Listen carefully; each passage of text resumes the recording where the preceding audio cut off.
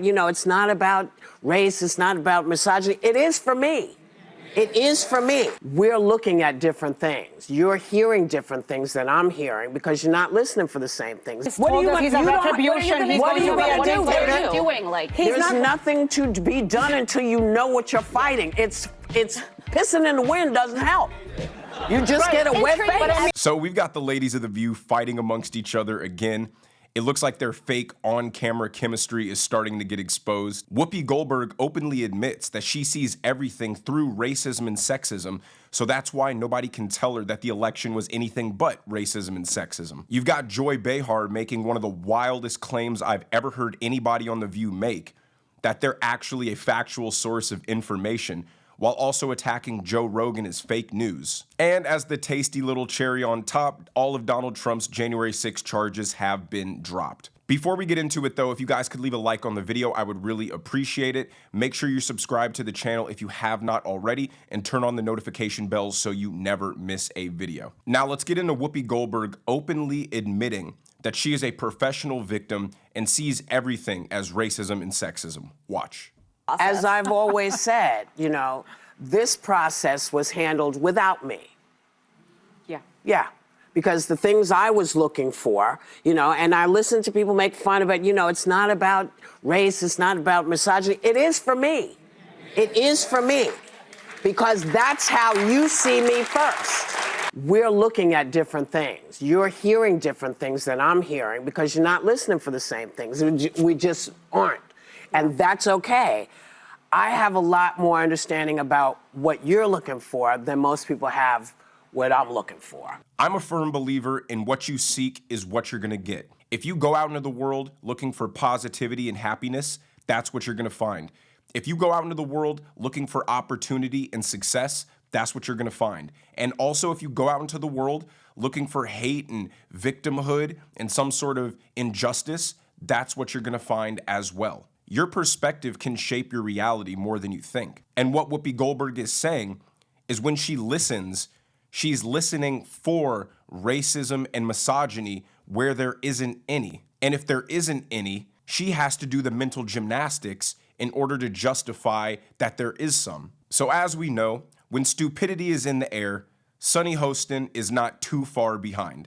So here she is giving a stupid and racist, of course, take on why America hates black women, and that's why they're giving up in the good old fight for the cause. Watch.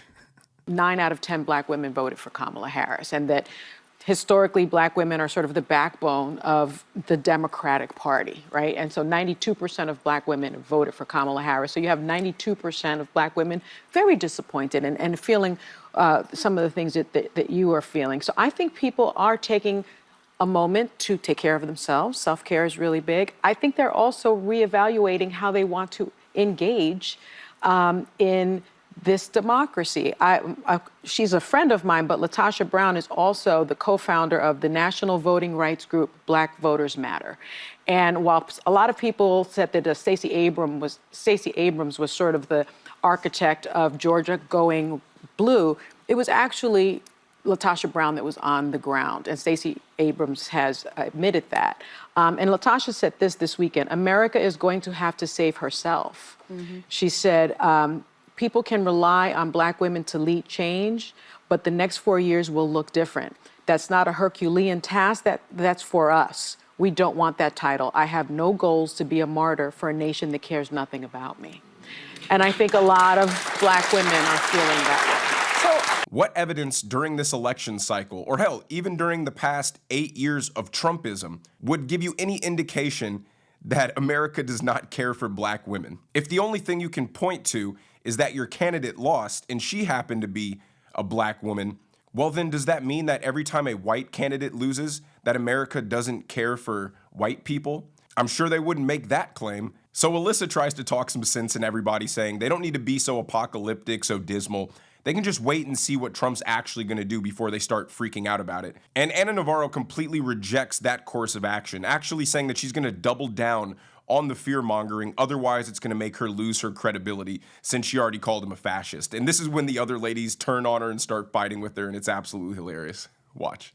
Except I'm not going to wait and see. I mean, this guy is told us he's a retribution. He's going to be a dictator. There's nothing to be done until you know what you're fighting. It's pissing in the wind doesn't help.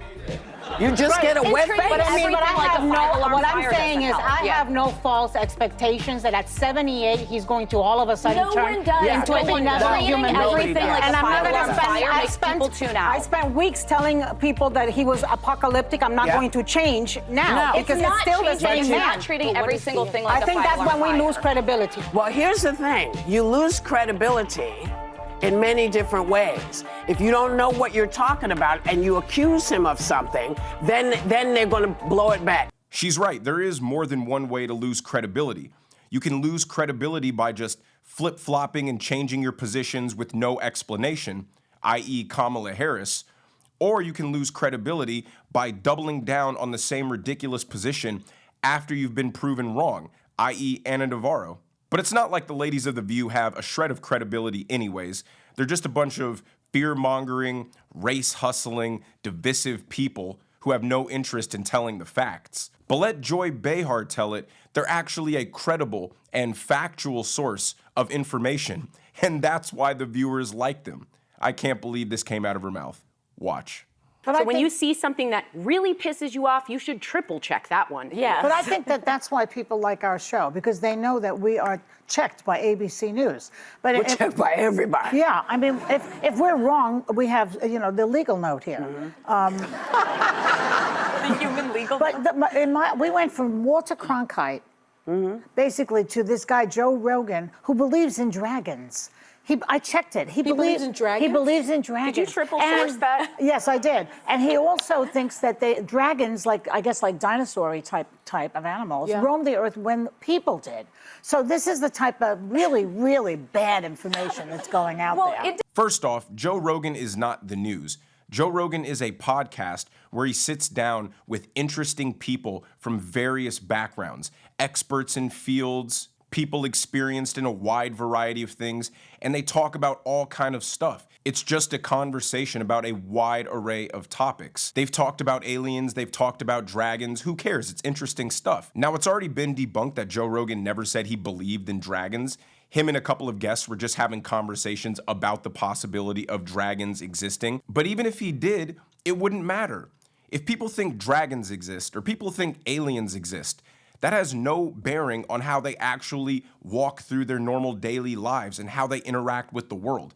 But if you think that Trump is actually Hitler, that's going to have a very adverse effect to your happiness and your mental health and how you operate around people and within society. Your fear-mongering lies are the reason why all your viewers had panic attacks and meltdowns after Donald Trump won the election, because you've convinced them that he is actually going to be the end of the world, the person who's going to take away their rights, the person who's going to put black people back in chains, the person who's going to send women back to the kitchen. For her to hang her hat on "we're checked by ABC, so that means that we're credible," means absolutely nothing, seeing as all the liberal mainstream media's viewership has declined by 30 to 50% across the board because they are known to be factually incorrect. Now, some breaking news that actually just happened.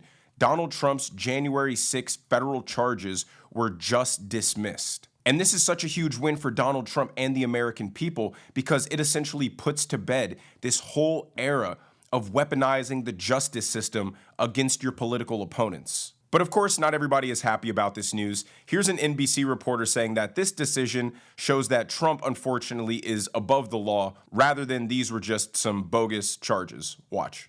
This is the first ever accusation that a sitting president committed crimes in an effort to cling to power. The dismissal also marks an extraordinary moment. 50 years after Richard Nixon was forced by lawmakers from both parties to resign the presidency amid allegations of criminal conduct, half of American voters discounted equally serious charges of criminal misconduct in office against Donald Trump. They returned Mr. Trump to the presidency. And if the lesson of Watergate was that no one was above the law, the lesson of the Trump era is that a majority of Americans have decided that this principle no longer applies. I mean, Trump beat the case. The man just beat the case. It does not expose some flaw in our justice system. But it really got me thinking, like, is Trump a black man? He has multiple baby moms. He's been shot at. He's been convicted. And now he beat a case. I mean, get this man a chain, get him a diamond grill, because Trump is officially one of us. We welcome you with open arms. You are invited to the barbecue. Now, Trump has been making power plays since day one of being elected, wasting no time, letting everybody know what the playing field's gonna be like and what they can expect now that he's gonna be back in office. And tonight he announced that he would be imposing 25% tariffs on Canada and Mexico until they stop allowing illegal immigration into the United States. A good thing, right? You would think so. But CNN was not happy about this. Watch. 51% of all fresh fruit, 69% of vegetables, according to the USDA, come from Mexico. Yeah. These are voters who just put Trump in office because they trusted him more on the economy. How should they be reading a promise like that from Trump tonight? Oh, man. Well, you know, I was always astounded, I have to say, that he ran on, I'm going to lower inflation, when if you look at the policies, tariffs included, it's all about raising inflation, right? And it's also raising the dollar, which is going to have a larger impact in the market. I want to just say, though, I think this is an opening gambit. You know, I don't want to say that, all right, this is going to be the way it's going to be from day one.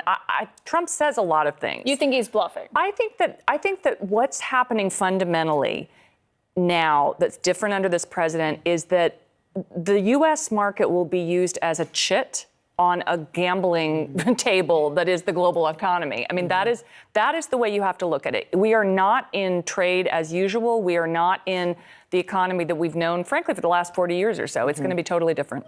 The reason why threatening tariffs is so effective is because the U.S. market is the most valuable market in the world by far. Every single country wants to sell their stuff here.